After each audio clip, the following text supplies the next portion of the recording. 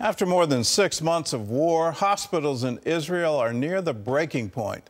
Despite the constant pressure, one hospital is standing strong as a sign of hope.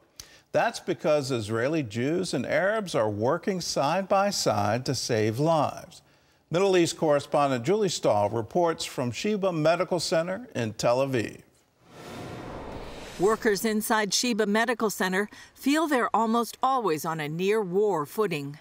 So October 7th, we got the word that something terrible was happening down around Gaza, and we started receiving the flow of patients in the afternoon and the evening into October 8th, which was the busiest day. More than 1,000 soldiers and civilians have been treated here, and Steve Waltz tells CBN News cases include trauma, mental stress, bullet and shrapnel wounds. Then came those who had been held hostage. We had a special team dedicated just to dealing with the hostages, where they get a doctor, a psychologist, and a social worker to deal with each hostage. And so today we've dealt with 32 hostages and one dog. Sheba Medical Center is part of Tel HaShomer, the largest hospital in Israel.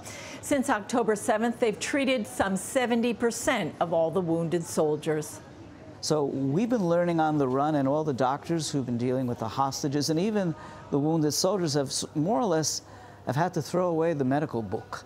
And we're rewriting it because from the soldiers' point of view, the doctors are seeing wounds we've never seen before, because every few years, unfortunately, the ammunition gets upgraded to it's more damaging to the body.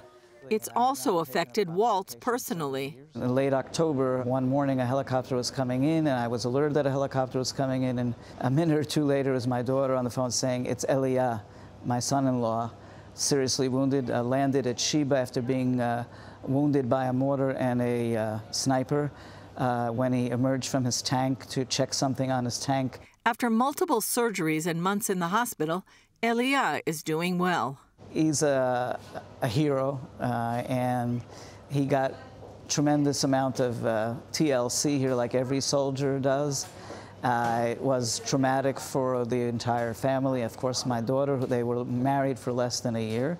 He made it out of that coma faster than anybody thought and rehabilitated. Ro'i, a reservist, first fought terrorists inside Israeli border communities following October 7th. Then came the call to enter Gaza, where he was wounded, then brought to Sheba. Really, really amazing.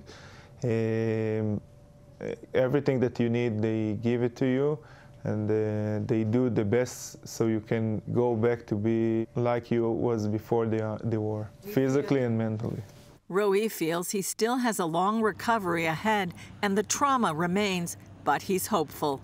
I want to go back to my work as soon as possible, so I can continue with the regular life as good as I can. But I know part of me will still in Gaza.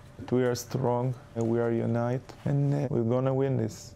Aaron, a reserve combat soldier, was on a business trip when Hamas invaded. I got back from the United States, and I joined my unit in the south as we prepared to be part of the first wave of the ground operation into Gaza.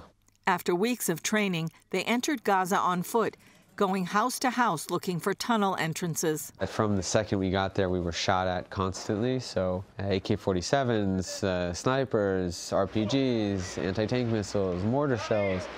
You get used to this cacophony of explosions around you. But, you know, of course, that's tough. 15 days later, while passing a UN-operated school, his unit came under fire.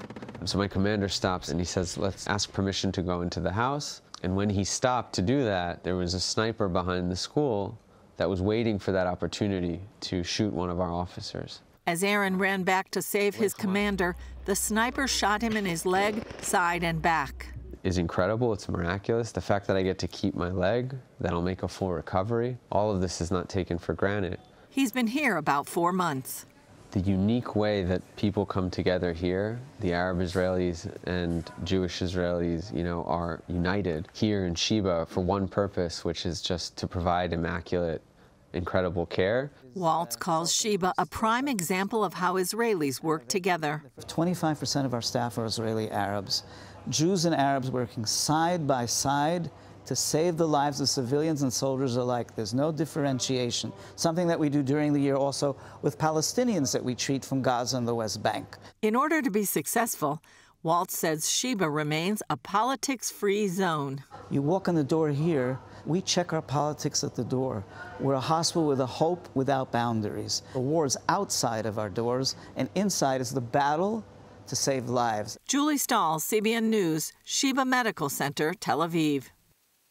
That's a story you won't see anywhere else, but let me underline, as people are calling Israel some kind of apartheid culture, have them look at this story. Here you have the head nurse of this hospital, an Arab, Muslim, Israeli, and proud to be Israeli, a full participant in Israeli society. When you have politicians, when you have members of the Knesset, when you have full participants in the culture, it's really hard to say that you're apartheid. You know where the real apartheid is in the Middle East? Well, it's in the West Bank, and it's in Gaza, where there are warning signs to Israelis. Don't cross this line because we can't ensure your safety. If you're Jewish and you're caught in Ramallah, your life is at risk.